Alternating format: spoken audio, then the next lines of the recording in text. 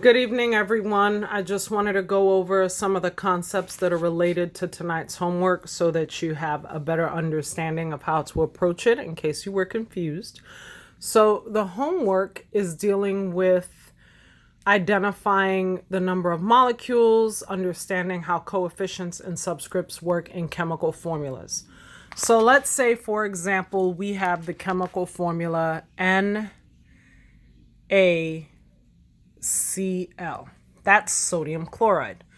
You'll notice that we have Na, which is sodium, and Cl, which is chlorine. Now, the first thing you want to look at in a chemical formula is that the second letter is always lowercase. The first letter is always uppercase.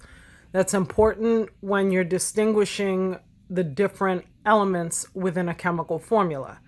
You never have two uppercase letters together in the chemical formula for an element or an element symbol. So if there are two uppercase letters next to each other, that means you're looking at two different elements. For example, if you're looking at the sulfate molecule, you have SO4. SO4 tells you that you're looking at a sulfur and an oxygen. Okay?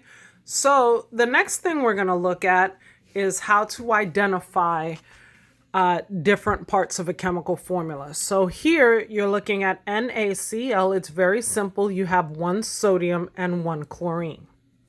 If you look at H2O, well, now we've introduced a subscript. That subscript tells me, because it's next to hydrogen, it's immediately to the right of hydrogen, that I have two hydrogens. And in this case, because there is no subscript here, I only have one oxygen. If the element is present, but there is no subscript, then it is understood that there is only one of that element. So let's go ahead and take a look here where we have something like glucose, which is C6H12O6. So in this case, we have 6 carbons, 12 hydrogens, and 6 oxygens. So let's go ahead and introduce a coefficient. So if we have a coefficient, let's say 2H2O.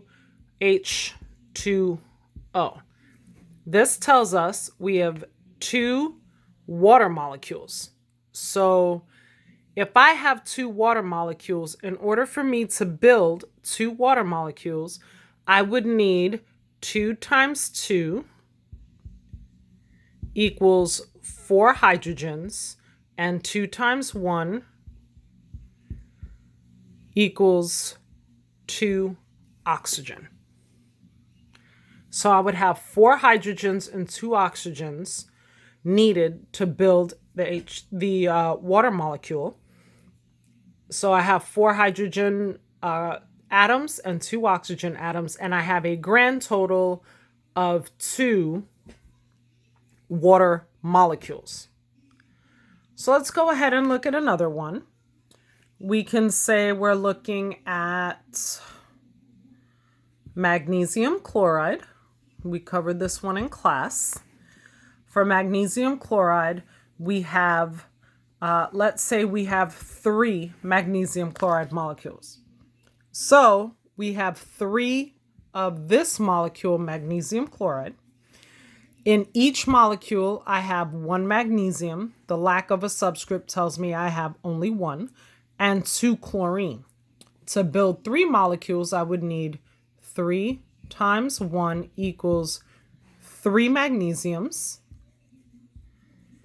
3 times 2 equals 6 chlorines.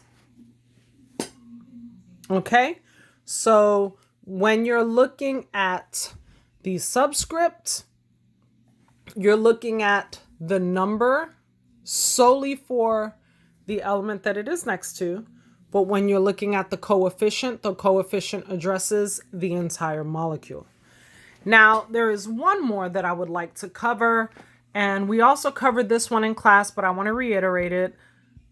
Okay, and it is PTCl NH3 3. Now, in this case, notice that there is a subscript next to a compound in parentheses. This is all one big compound, but this compound has a subcompound in it, or a subgroup. Each subgroup, NH3, appears in a different section of the compound. So what this is telling me is I have 2 NH3 subgroups. So I would take NH3 and I would multiply this by 2. So N is 1 times 2 equals 2 nitrogens. And then hydrogen is 3 times 2, which is equal to 6 hydrogens. So in addition to the 1 platinum and 1 chlorine, I would have 2 nitrogens and 6 hydrogens to complete that entire formula. So hopefully this helps you a little bit. If you have any questions, please feel free to drop me a line through Edsby.